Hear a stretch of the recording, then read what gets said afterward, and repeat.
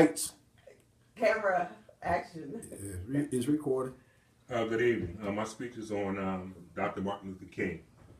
Dr. Martin Luther King was born Michael L. King on January 15th, 1929 in Atlanta, Georgia.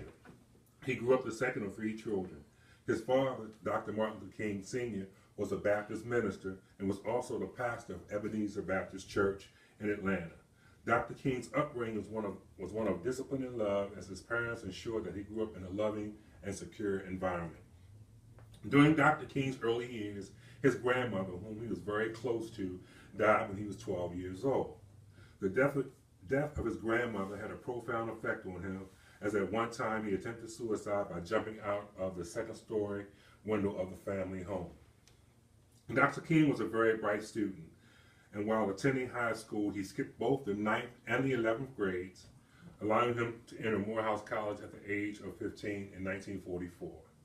Dr. King graduated from Morehouse in 1948, earning a sociology degree, and later attended Crozier Theological Seminary in Pennsylvania.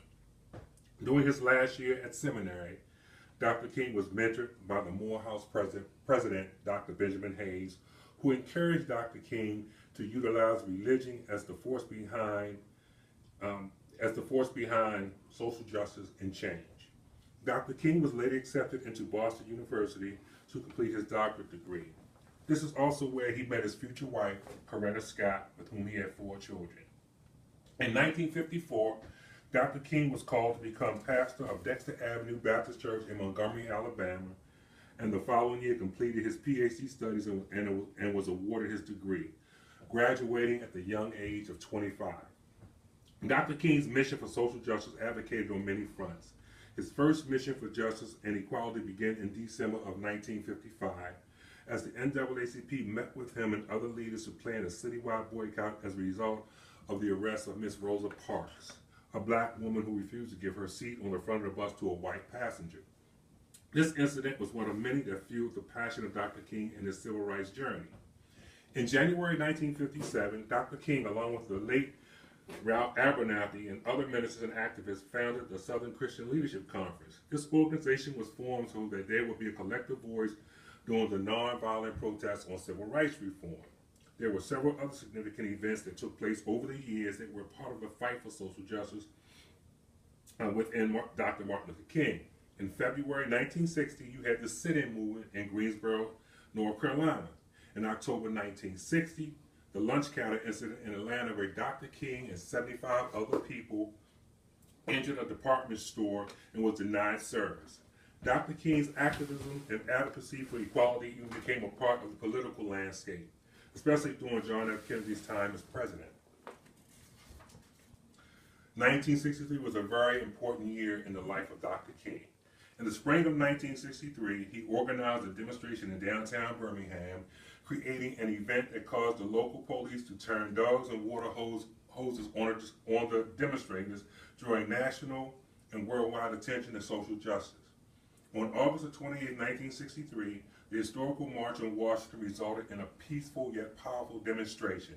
It was here, at the base of the Lincoln Memorial, that Dr. King delivered his I Have a Dream speech, preaching and advocating for equality and the coming together of all men as one.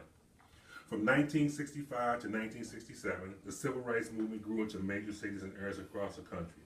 Dr. King even used his civil rights platform to address what he thought was the discriminatory effect of the Vietnam War on the poor and the disadvantaged. By 1968, the toll of the movement began to weigh on the mind of Dr. King. He became discouraged at the progress that was slow to come as a result of the movement. During his attendance at a sanitation worker strike in Memphis, he told his supporters that he had seen the promised land. He said, "I might not get there with you, but we will as a people get to the promised land." The next day, while standing on his hotel room balcony, Dr. King was shot and killed by a sniper's bullet. His killing sparked demonstrations and riots all over the country. Dr. King was a great man. He was a man who, even in the face of adversity, stood for what he believed in. He was ridiculed. He was criticized.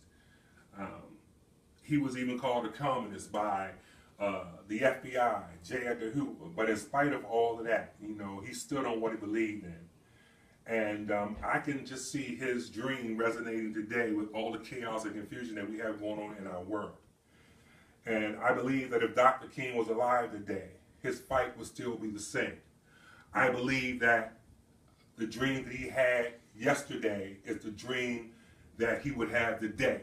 That all men, no matter who they are, no matter what color, what creed, what race, will come together and be as one. And I hope that we as a people, each and every one of us, can live and try to make that dream come true.